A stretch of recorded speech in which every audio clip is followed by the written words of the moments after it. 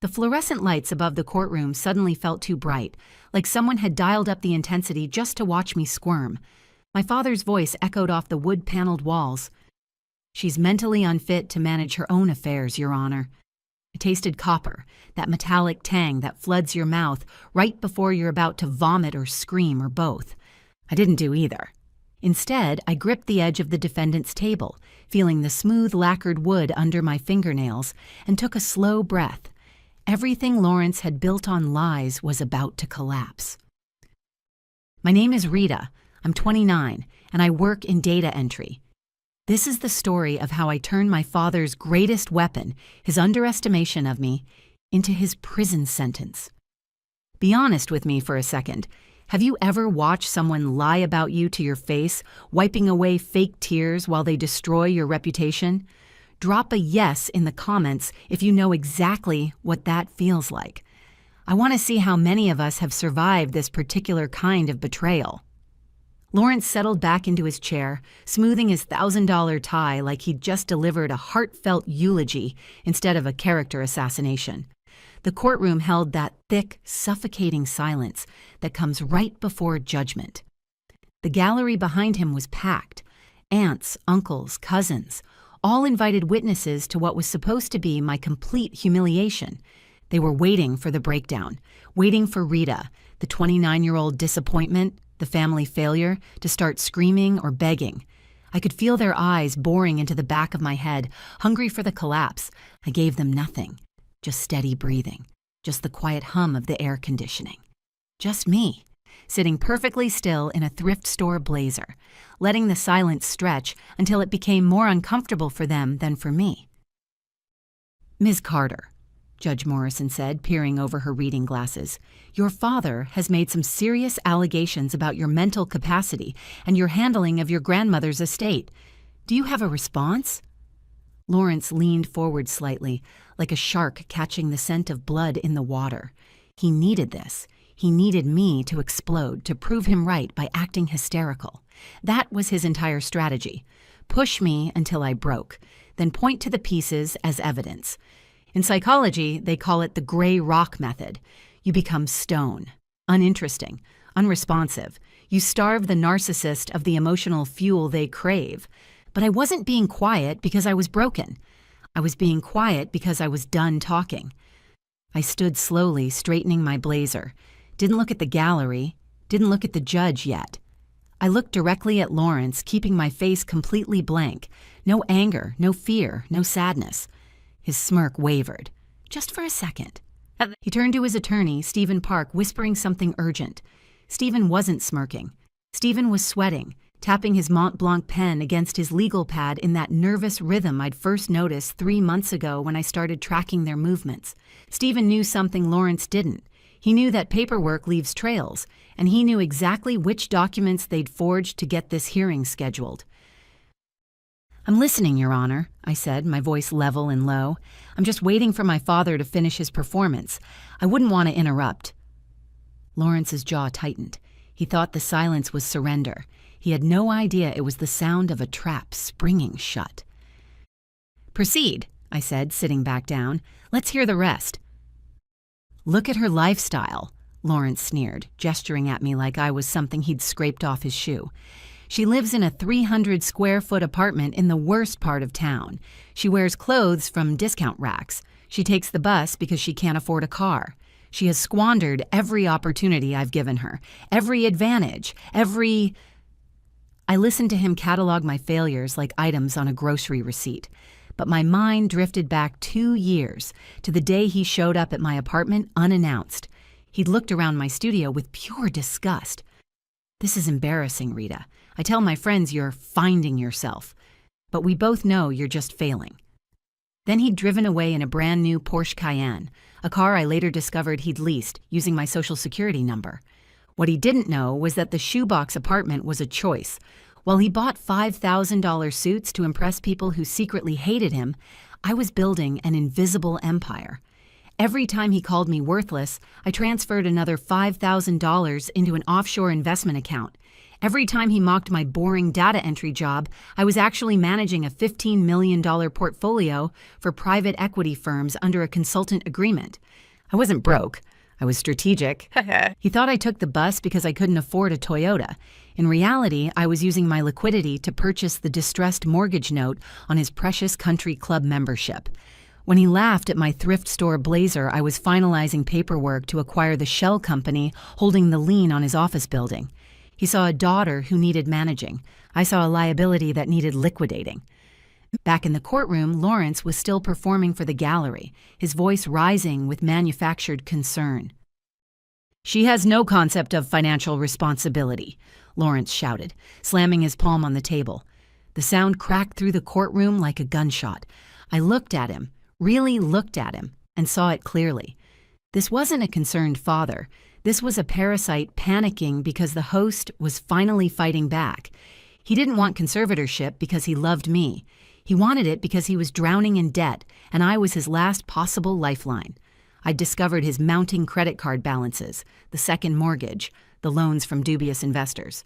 All through public records searches and a private investigator I'd hired 6 months earlier. He needed legal control over my assets because he'd already burned through his own. He wasn't my parent today. He was my debtor. And this wasn't a family reunion, this was a foreclosure. "Is that all, Mr. Carter?" Judge Morrison asked, her pen scratching against her notepad. "No." Lawrence signaled to Stephen, and something dark and triumphant flashed in his eyes. "We have proof of her incompetence. Irrefutable proof." Stephen stood, his chair scraping against the floor like a warning shot. He didn't look at me as he walked to the bench, handing over a thick stack of financial records. "Your Honor," Stephen said, his voice trembling slightly, "we're submitting evidence regarding the mismanagement of the trust fund established by the late Mrs. Eleanor Carter, specifically the primary disbursement account." Lawrence couldn't wait for him to finish. "She lost it, Judge. She lost $750,000 and didn't even notice." A collective gasp rippled through the gallery. My aunts clutched their purses. My cousins exchanged horrified looks. To them, $750,000 was generational wealth. To Lawrence, it was the only thing standing between him and bankruptcy. "Explain," Judge Morrison said, flipping through the pages. "Look at the transfers," Lawrence said, abandoning all pretense of composure. "Over the last 24 months, massive sums wired out. 50,000 here, 80,000 there, all to shell companies, all untraceable. And she did nothing. No police reports, no fraud alerts, nothing." He turned to play to his audience in the gallery. "My daughter is so mentally checked out, so disconnected from reality, that she let a thief drain her inheritance dry. If we don't step in now, she'll be homeless within 6 months." I watched him perform. It was masterful in a sick way, framing his own theft as my incompetence. He was banking on the assumption that no sane person would let that kind of money disappear without screaming. Therefore, I must be insane. Therefore, he must take control. "We're filing an emergency motion," Stephen added, wiping sweat from his upper lip. "We request immediate freezing of all assets and appointment of Mr. Carter as temporary conservator." Lawrence looked at me then, not with concern, with triumph. He thought he'd cornered me. He thought the missing money was the smoking gun. He didn't realize it was the bait. "Ms. Carter," Judge Morrison said, her voice grave, "these records show significant depletion of funds. Do you have an explanation?" The room went silent. Lawrence leaned back, crossing his arms, ready for me to stutter or cry or say I didn't know. Ready to win. I stood up, didn't check my notes, didn't look at my own attorney.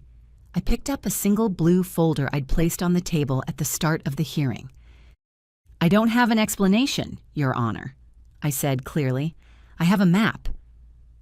I walked to the bench with deliberate slowness, the kind of calm that comes from knowing the ending because you wrote it yourself. "My father is correct, Your Honor. The money is gone. $750,000 transferred out of that trust. I watched every cent leave." Lawrence let out a harsh laugh. "She admits it. She watched it happen and did nothing. She's—" "I wasn't catatonic," I interrupted, my voice cutting through his like a scalpel. "I was patient." Judge Morrison opened the folder. Her eyes widened at the first page. It wasn't a spreadsheet. It was a digital footprint visualization, a map of electronic theft. Your Honor, you're looking at the IP logs for every unauthorized transfer, I explained. My data entry work gave me access to forensic accounting software, and I'd been monitoring the trust account remotely since my grandmother's death. I didn't just track the money. I tracked the device that moved it. Every transaction originated from a single desktop computer at 442 Oakwood Drive. I paused. That's my father's home address, specifically his study. Lawrence's face drained of color. He started to stand, but Stephen yanked him back down. That's fabricated, Lawrence sputtered. She hacked. And here, I continued, ignoring him completely, pointing to the next page, are the wire confirmations. The funds weren't sent to random shell companies. They were sent to accounts held by Apex Consulting, a company registered in Nevis. I turned to look directly at Lawrence. A company you incorporated 3 years ago using your affair partner's maiden name. Public incorporation records are surprisingly detailed when you know where to look. The gallery erupted. My aunt actually gasped out loud. Lawrence looked like someone had knocked the wind out of him. His mouth opened, but no sound emerged. He realized, too late, that I hadn't been ignoring his theft. I'd been documenting it. But why? Judge Morrison asked, raising her hand to silence the chaos. If you knew he was stealing, Miss Carter, why didn't you freeze the account? Why let him take nearly $1 million? This was the moment, the reason for everything. Because of the law, Your Honor, I said. If I'd stopped him at $50,000, it would have been a civil dispute, a family matter. He would have gotten probation, maybe paid a fine. He'd have been back in my life within 6 months, trying to steal again. I looked at Lawrence. I wanted him to understand the mechanics of his own destruction. I needed him to cross the line from petty theft to federal racketeering. I disabled the security alerts on purpose. I left the door unlocked. I waited until the total exceeded $500,000 and the transfers crossed state lines. I leaned forward, hands resting on the table. That creates a pattern of interstate wire fraud sufficient to trigger a RICO case. The mandatory minimum sentence is 10 years in federal prison. No parole, no probation. Lawrence slumped in his chair. He looked small. He looked like a man who'd just realized he hadn't been robbing a bank. He'd been robbing a trap. I didn't lose $750,000, Dad, I said, my voice cold and final. I spent it. My consulting work had already generated returns that more than covered the loss. That was the price of your prison sentence, and frankly, it was a bargain. But Lawrence Carter didn't get to where he was by giving up easy. A cornered rat is always most dangerous. He wiped the sweat from his forehead with a shaking hand and reached into his briefcase, pulling out a single sheet of paper, yellowed slightly at the edges. She's lying, he said, his voice gaining strength. She authorized every transfer. She just doesn't remember. He handed the document to the bailiff, who passed it to the judge. Lawrence turned to the gallery, his confidence returning like a fever. This is a power of attorney document, signed and notarized 2 years ago. It explicitly grants me full control over that specific trust account to manage family investments. She signed it right after her grandmother died because she was too overwhelmed to handle the finances herself. Judge Morrison examined the paper carefully. She frowned. The signature appears authentic. It is authentic, Lawrence said, actually smiling for the first time in 10 minutes. She signed it. She just doesn't remember signing it. This proves my point, Your Honor. Her memory is failing. She's creating paranoid fantasies about RICO cases because she can't face the reality that she gave me permission. The room shifted again. I saw my cousins whispering. Maybe he's right. Maybe she is confused. Even Stephen sat up straighter, looking hopeful. If that document held up, the theft wasn't theft. It was authorized management. My RICO case would evaporate. The trap would spring open, worthless. Judge Morrison looked at me. Mrs. Carter, is this your signature? I recognized the document instantly. 2 years earlier, buried in a mountain of funeral paperwork after my grandmother's death, Lawrence had slipped it in front of me while I was signing estate forms. I'd signed without reading. The mistake that started this war. It looks like my signature, I said evenly. Lawrence pounced. See, she admits it. She's forgetful, dissociative. She needs a guardian. He thought he'd won. I let him enjoy it for exactly one breath. Then I opened my bag and pulled out a second folder. This one was thicker. That form gives you control of one account, I said calmly, but it doesn't give you a place to live. I handed the folder to the bailiff. Your Honor, 6 months ago, I quietly purchased the commercial building at 1847 Madison Avenue, the building that houses my father's law practice. He hasn't paid rent in 4 months. I filed eviction proceedings this morning. Lawrence's face went from pale to gray. I also purchased the note on his primary residence at 442 Oakwood Drive. The mortgage is 3 months delinquent. Foreclosure proceedings begin Monday. I turned to face him directly. I own your office, Dad. I own your home. I own your debt. You came here to take guardianship over me. You're leaving as my tenant. His hands were shaking. You can't? I can, and I have. I slid a single sheet of paper across the table. This is a withdrawal of your petition and a signed confession regarding the transfers. You have 30 days to vacate both properties. Sign it, and I won't pursue criminal charges beyond what's already in motion. And if I don't? His voice cracked. The locks change by noon. The federal case proceeds either way, but at least you'll have time to pack. He stared at the paper, then at me, then at Stephen, who gave him the smallest nod. Lawrence picked up the pen. His signature was barely legible, a shaky scrawl of defeat. You'll regret this, he whispered as he signed. You'll always owe me. No, I said quietly. I don't. The courtroom doors burst open. 2 U.S. Marshals entered, followed by an assistant U.S. attorney I recognized from the meetings I'd had over the past 6 months. Lawrence Carter? The lead marshal said. Lawrence turned, confused. What is this? You're under arrest for perjury, Your Honor, the AUSA said, addressing Judge Morrison. Mr. Carter made material false statements under oath today, which activated a sealed indictment we've been building for wire fraud and racketeering. I tipped them off 3 months ago. They'd been waiting for him to lie under oath, one more charge to stack on top of everything else. Lawrence looked at me as they cuffed him, really looked at me, maybe for the first time in years. You planned all of this, he said. Not a question, a realization. You taught me to plan, I replied. You just forgot to teach me whose side I should be on. As they led him out, none of our relatives moved to help him. None of them called out in his defense. They just sat there, watching him leave the way you watch a stranger. Stephen Park, looking shell-shocked and pale, quietly gathered his documents and left through a side exit. I never saw him again. Last I heard, he'd relocated his practice to another state, probably hoping to escape the professional embarrassment of being associated with Lawrence's spectacular downfall. Outside the courthouse, the January air felt cleaner somehow, sharper.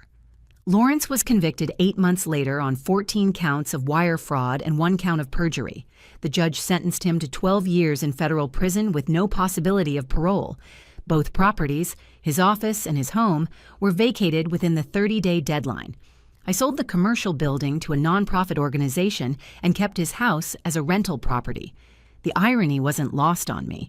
As for my extended family, the aunts and uncles and cousins who'd come to watch me humiliated, not one of them reached out after the trial, not to apologize, not to explain. They simply disappeared from my life as quietly as they'd enabled Lawrence's behavior for decades. I didn't chase them. Some bridges are better burned. I finalized the sale of Lawrence's house the next week, deleted his number from my phone, bought myself a car. Nothing fancy, just something reliable. And I walked away. Here's what I learned from all of this. Peace isn't something someone gives you. It's something you take. And sometimes the strongest move you can make is letting someone bury themselves while you hold the shovel. If someone in your life is trying to control you by making you look crazy, document everything. Stay calm, stay quiet, and remember, the person who loses their temper first usually loses everything else second. Before you go, here's a quick bonus for sticking around. If you love learning and growing like I do, you need to try audiobooks. I've got an exclusive deal with Audible. Your first month is completely free. That's access to over 500,000 titles, zero cost to you. All the details are waiting in the description. Don't miss this one.